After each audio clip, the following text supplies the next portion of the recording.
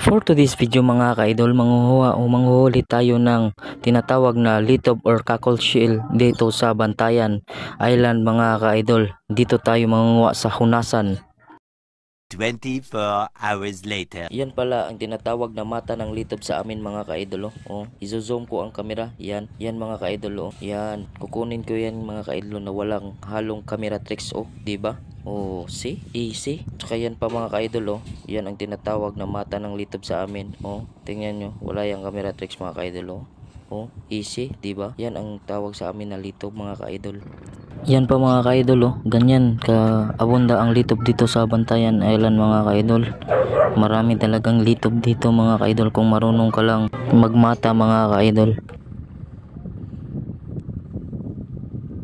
Nandyan pa yan sa unahan mga ka-idol. Tingnan natin mga ka-idol.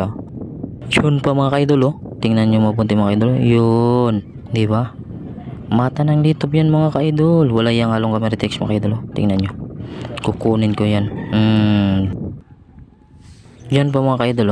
Diba? Yan. Tingnan nyo mabuti ang kamay mga ka-idol. Diba? Wala yan. Diba? Walang halong camera text yan mga ka-idol.